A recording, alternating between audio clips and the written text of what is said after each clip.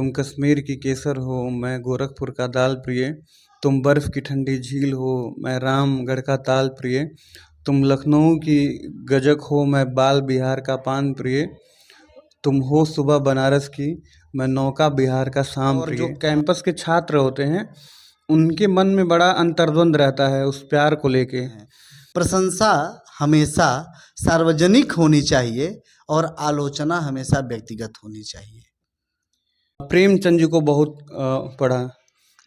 उसके बाद रामधारी सिंह दिनकर जी को मैंने इतनी पढ़ा। प्रतियां बिक जाती होंगी तो यह माना जाए किसी भी पुस्तक को कि यह पुस्तक सफल है। तो जो साहित्यकार है, जिसने रचना करना जान लिया है, जो रचना कर रहा है, उसको सफल या असफल कहा ही नहीं जा सकता है।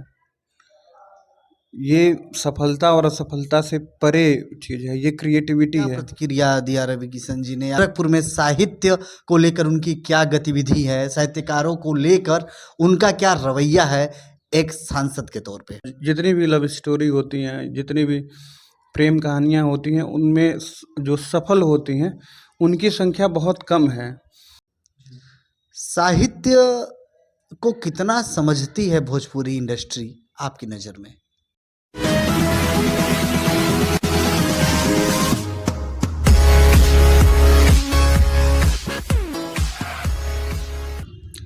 नमस्कार, प्रणाम। मैं हूं अजय पटेल वाग्मी और आप देखना शुरू कर चुके हैं आपका अपना पसंदीदा कार्यक्रम संवाद कार्यक्रम।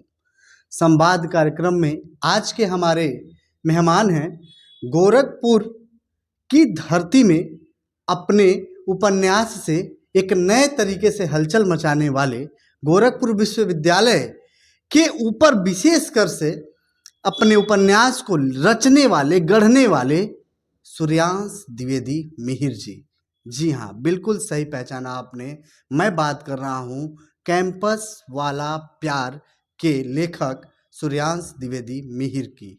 बहुत बहुत स्वागत है सर संवाद कार्यक्रम में। नमस्कार अजय जी। मैं आपसे सबसे पहले अगर आऊं तो यह जानना चाहूँगा कि आप जब फेसबुक पे अपना एक इंट्रो देते हैं तो उसमें आपने लिखा हुआ है, न राही न रहबर न मंजिल का ठिकाना है, मुसाफिर का मुकद्दर तो बस चलते जाना है। कहाँ जाने की बात कर रहे हैं सूर्यांश जी?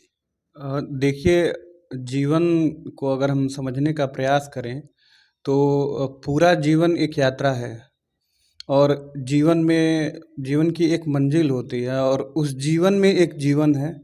तो उसी जो हम जी रहे हैं, या फिर हम अपना जो प्रोफेशनली जो काम कर रहे हैं, या फिर हम अपने प्रोफेशन से इतर जो हमारी हॉबी है उसको लेकर जो हम काम कर रहे हैं, उसी सफ़र की बात है। हमें उस सफ़र में भी कहीं ना कहीं पहुंचना है और हमें अपने जो हॉबी वाला सफ़र है उसमें भी कहीं ना कहीं पहुंचना है, और जो जीवन की यात्रा निरंतर चल रही है उसमें भी कहीं ना कहीं पहुंचना है।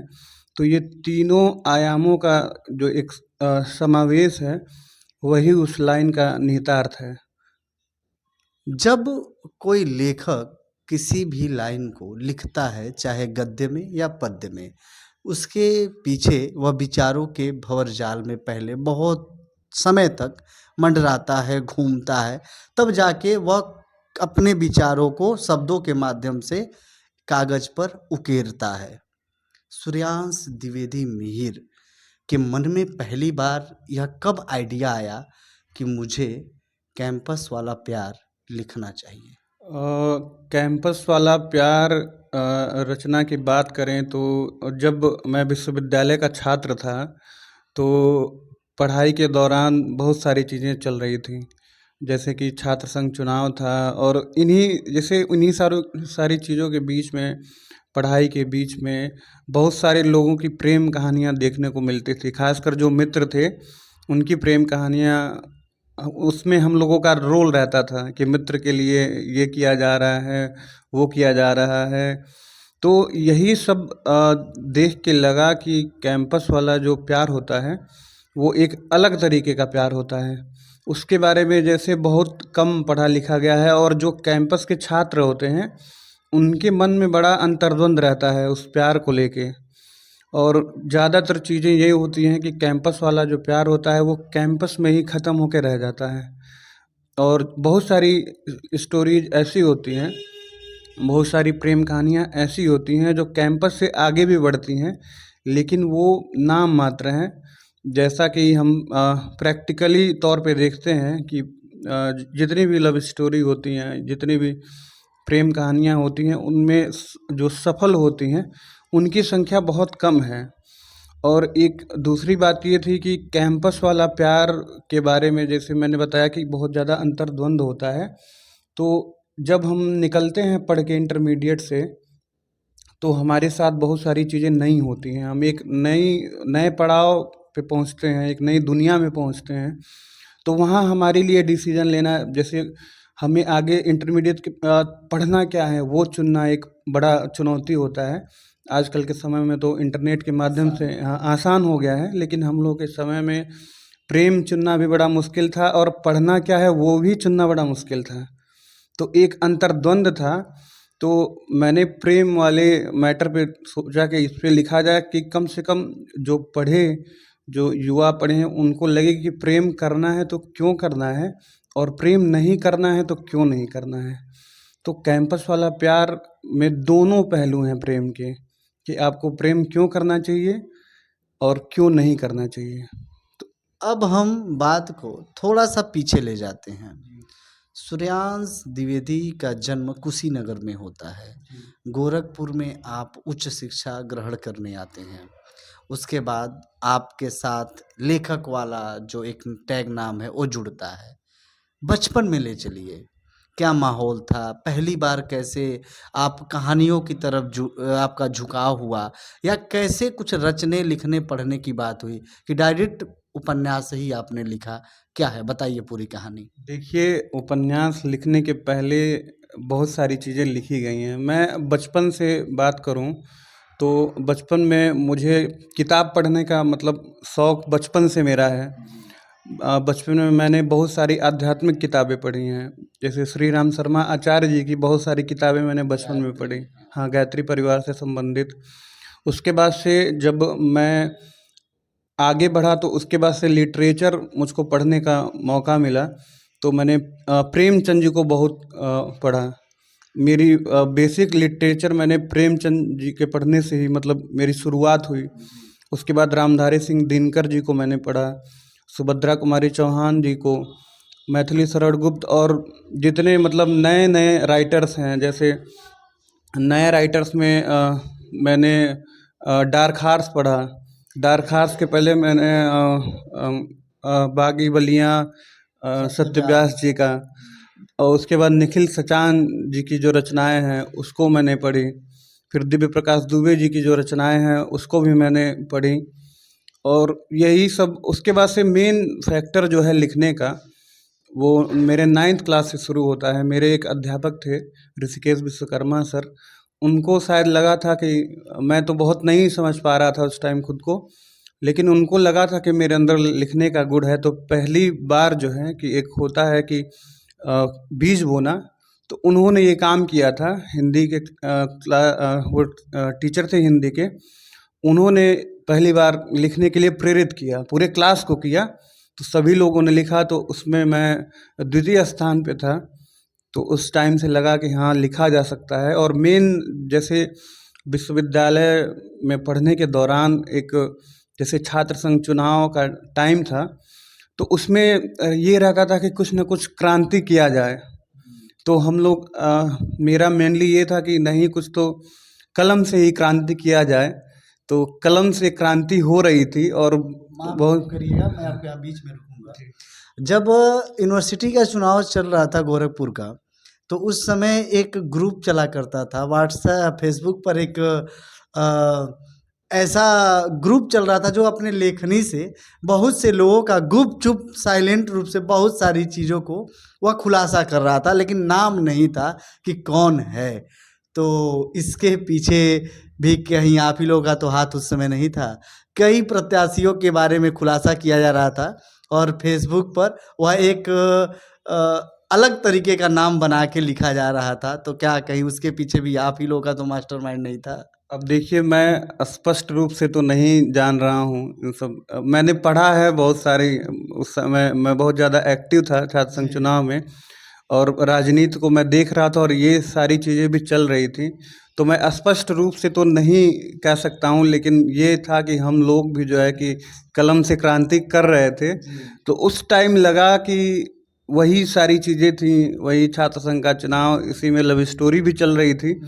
तो लगा कि हाँ, ये जो जीवन का एक अनोखा पार्ट है, जैसे जो छात्रावास का जीवन है, उस पे भी मैंने लिखा है। मैंने हॉस्टल लाइफ जिया है और मुझे बड़ा गर्व है कि मैं हॉस्टलर हूँ, छात्रावासी हूँ। इस बात का मैं हमेशा लोगों से कहता रहता हूँ कि मैं हॉस्टल में रहता हूँ। मैं कुछ भी कर सकता हूँ, कोई भी परिस्थिति रहे मैं उसमें ढल हाँ सकता ढल है सकता हूँ। और निकल भी हाँ, सकता निकल है। भी सकता हूँ। आप एक जगह लिखते हैं, तुम्हें उनसे भी आगे जाना है जो तुम्हें साथ लेकर नहीं गए। कहाँ से आया ये देखिए, विचार? ये तुम्हें उनसे भी आगे जाना है जो तुम्हें साथ लेकर नहीं गए। और ये लाइन जैसे प्रेम की मूल भावना हम इसको कहेंगे। प्रेम का दो पहलू होता है, एक होता है सफल प्रेम और एक असफल प्रेम होता है। तो मैं जैसे एक इसमें निगेटिविटी का भाव भी है देखा जाए तो, लेकिन ये है कि मैं अगर इसको पूरे तरीके से देखूं तो जीवन के पहलू को समझा जाए तो जीवन में बहुत सारी ऐसी चीज़ें होती हैं कि हम पीछे छूट जाते हैं बहुत सारे लोगों के वजह से। तो अपने अंदर आत्मविश्वास हाँ, जगाए कि बहुत हमें आगे जाना बहुत है। सारी परिस्थितियों की वजह से।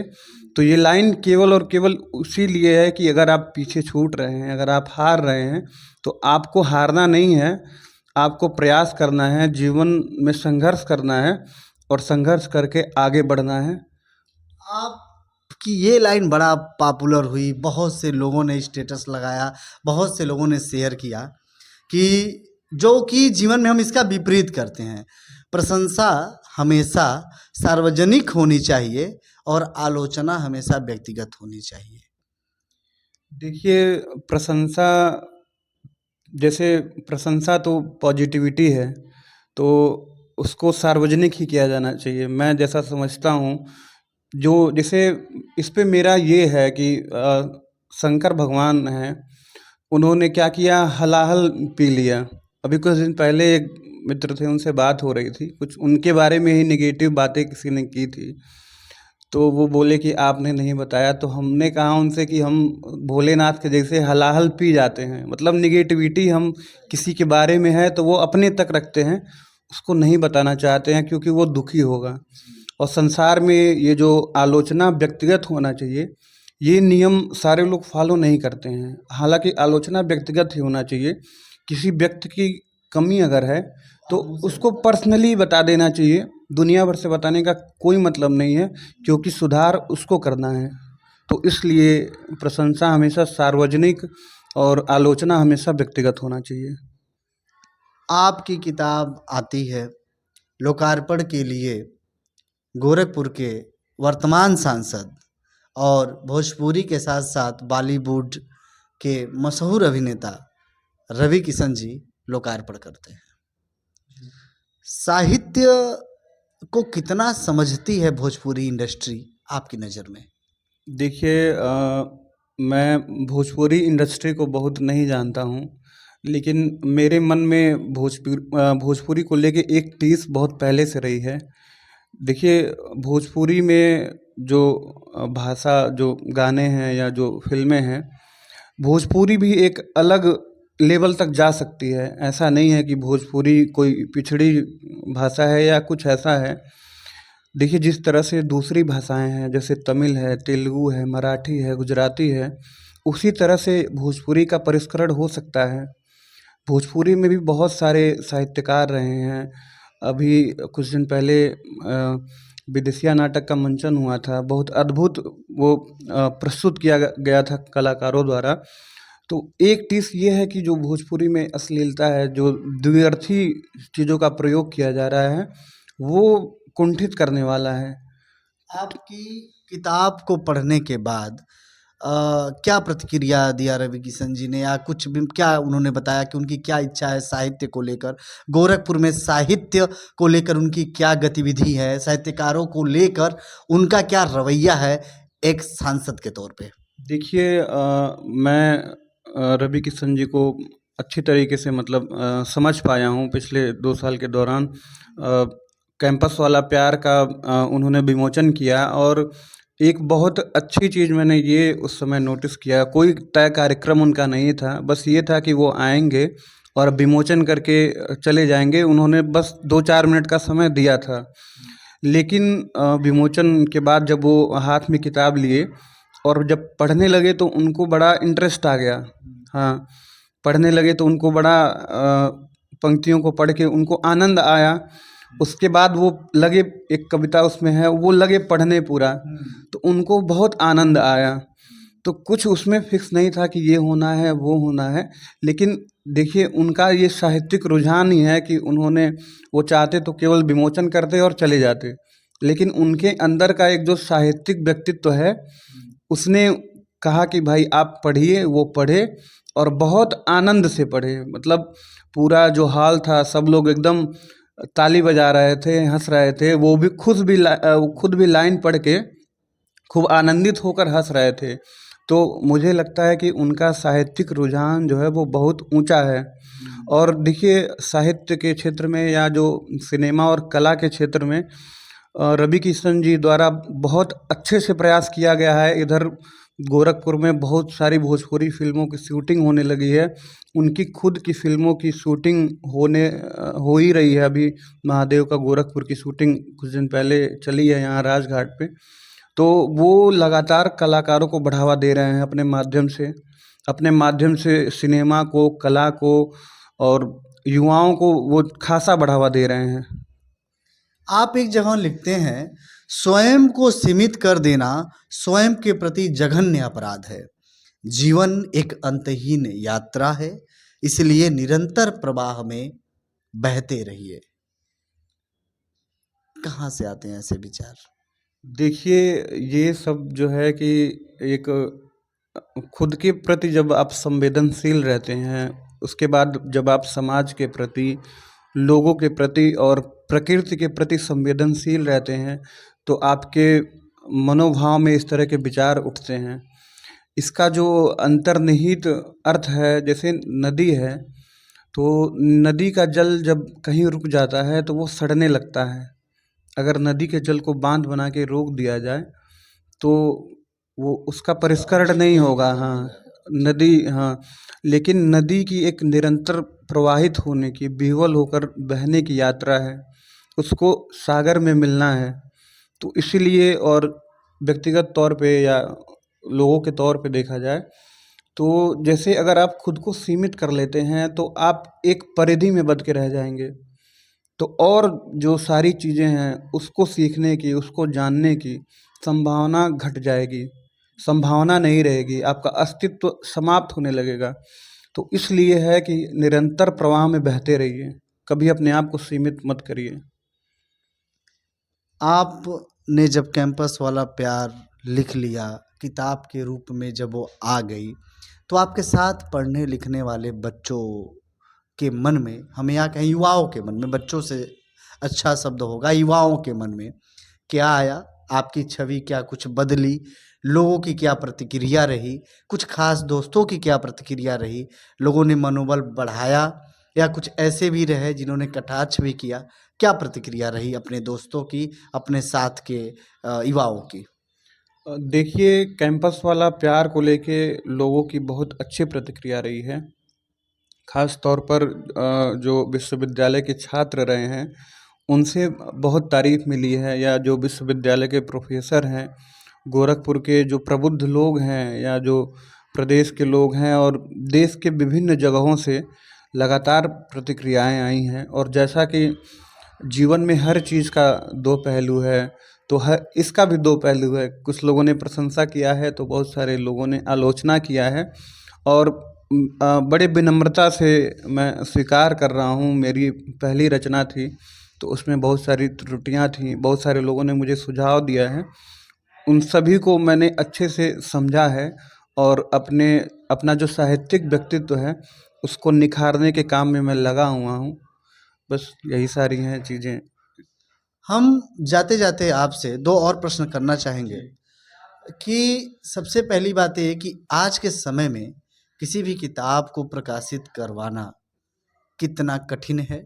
दूसरी चीज कि कितनी प्रतियां बिक जाती होंगी तो यह माना जाए किसी भी पुस्तक को कि यह पुस्तक सफल है। क्या उसके बिक्री पे डिपेंड करेगा ये मानक? सफलता का मानक क्या है? उसके पाठ्य सामग्री पर या उसके बिक्री पे, उसकी प्रतियां कितनी बिकी हैं मार्केट में? देखिए, सफलता के मानक की अगर बात करें तो जो साहित्यकार है, जिसने रचना करना जान लिया है, जो रचना कर रहा है, उसको सफल या असफल कहा ही नहीं जा सकता है। ये सफलता और असफलता से परे चीज़ है, ये क्रिएटिविटी है। लेकिन अगर प्रैक्टिकली एक देखा जाए तो कुछ भी निर्धारित नहीं है कि हाँ कितनी प्रतियां बिक जाएं। लिखना ही अपने आप में बहुत बड़ी सफलता है। हाँ, हाँ, अपने मनोभावों को लिखना, अपने मनोभावों को कागज़ पे पिरो देना, मुझे लगता है कि वही बहुत बड़ी सफलता है। उसके बाद की जो चीज़ें हैं वो अलग हैं।